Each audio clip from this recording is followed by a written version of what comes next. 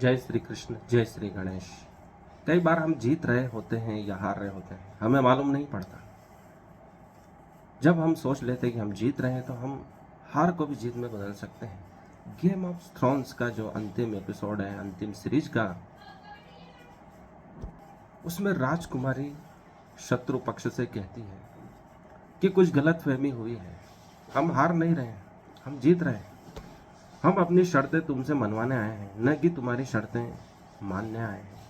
यही एक सोच उसे विजय दिलाती है और उस राज्य पर वह कब्जा कर लेती है। जबकि शत्रु पक्ष सोच रहा था कि वह मजबूत है और इनको कम सेना होने के कारण हराने में सक्षम है, लेकिन हम विजय की सोच रखते हुए कार्य करें तो कभी भी असफल नहीं होंगे। गेम ऑफ थ्रोन्स की कहानी यही बताती है कि एक महिला शत्रु पक्ष पर किस प्रकार अपना दावा साबित करती है। जबकि उस युग में महिलाओं को कमतर समझा जाता था, उन्हें राजकुमारी के पद पर या राज्य का शासन करने योग्य भी नहीं समझा जाता था।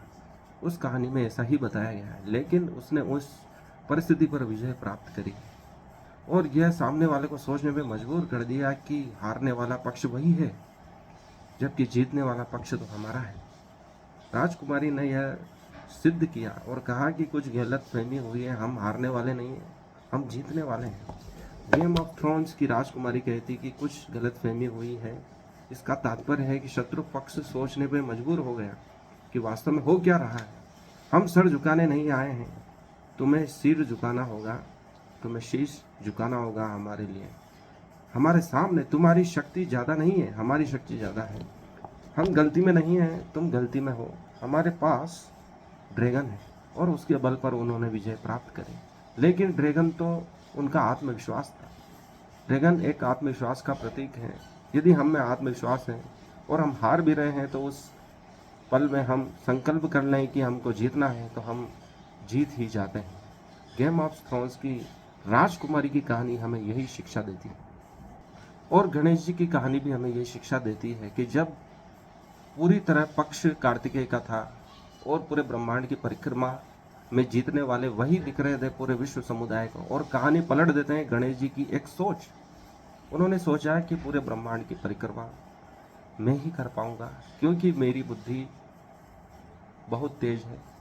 उन्होंने अपने माता पिता की परिक्रमा करके धरती, आकाश और समस्त ब्रह्मांड की परिक्रमा कई बार कर ली, जबकि कार्तिकेय एक बार की परिक्रमा में ही कई ज़्यादा समय लगाकर आए थे।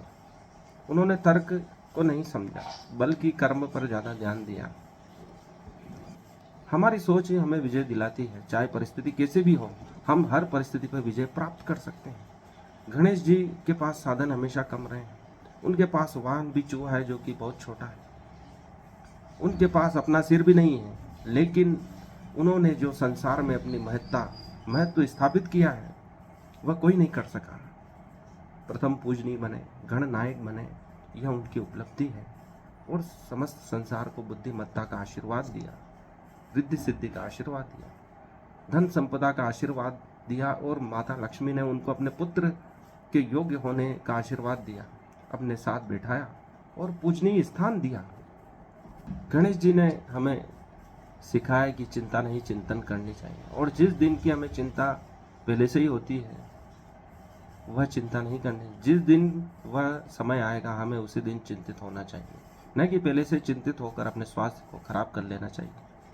जब समय आएगा तब देखा जाएगा। यह प्रवृत्ति भी चिंता मुक्त रखती है, क्योंकि उस दिन परिस्थिति क्या होगी, क्या क्षण बीत रहा होगा, क्या काल होगा, क्या परिस्थिति होगी, क्या समस्या होगी, क्या वातावरण होगा, हम नहीं जान सकते हैं। इसलिए भविष्य में आने वाली घटनाओं की चिंता हमें नहीं करनी चाहिए। हमें अभी वर्तमान क्षण पर ध्यान देना चाहिए। इसलिए गणेश जी की कहानी हमें कहते हैं कि अमीरी की गरीबी, अर्थात अमीरों की गरीबी, गरीब में भी अमीरी छुपी होती है और गरीबों की अमीरी में भी गरीबी छुपी हुई होती है। क्योंकि अमीरों की जो गरीबी है, अमीरों की गरीबी भी में भी अमीरी झलक उठती है, छलक उठती है। गरीबों की अमीरी में भी गरीबी झलक उठती है, छलक उठती है।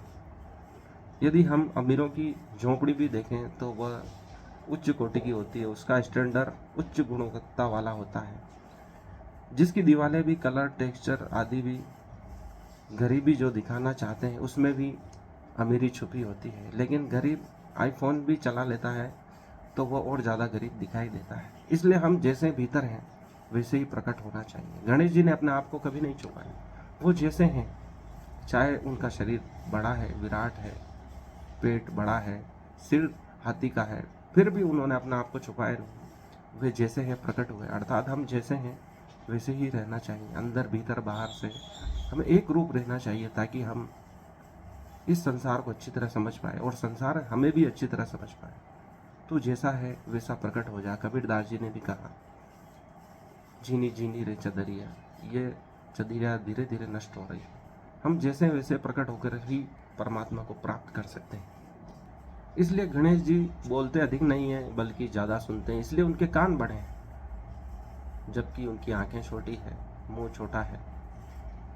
सूंड बड़ी अर्थात वे सूंघते ज़्यादा हैं और सुनते भी ज़्यादा हैं।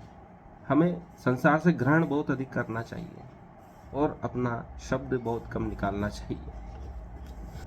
इसलिए बोलना ही समस्या है, चुप रहना ही निदान है, ऐसा विद्वान कहते हैं।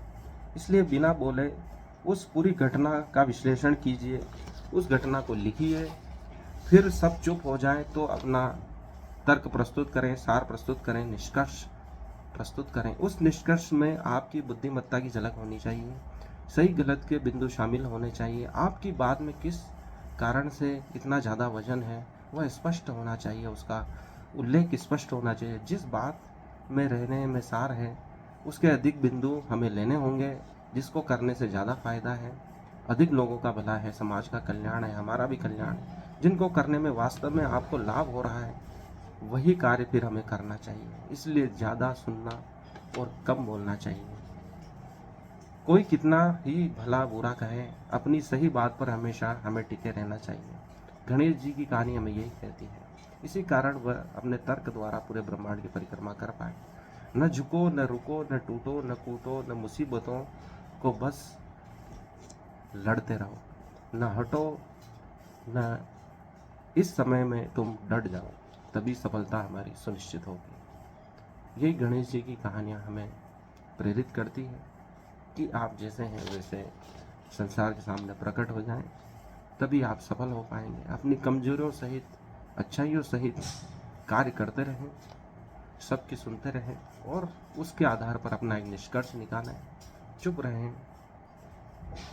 ज़्यादा सुने और कम बोलें। धन्यवाद। आज के लिए इतना ही। गणेश जी सबकी रक्षा करें, सबको स्वस्थ रखें, धन संपदा से युक्त करें।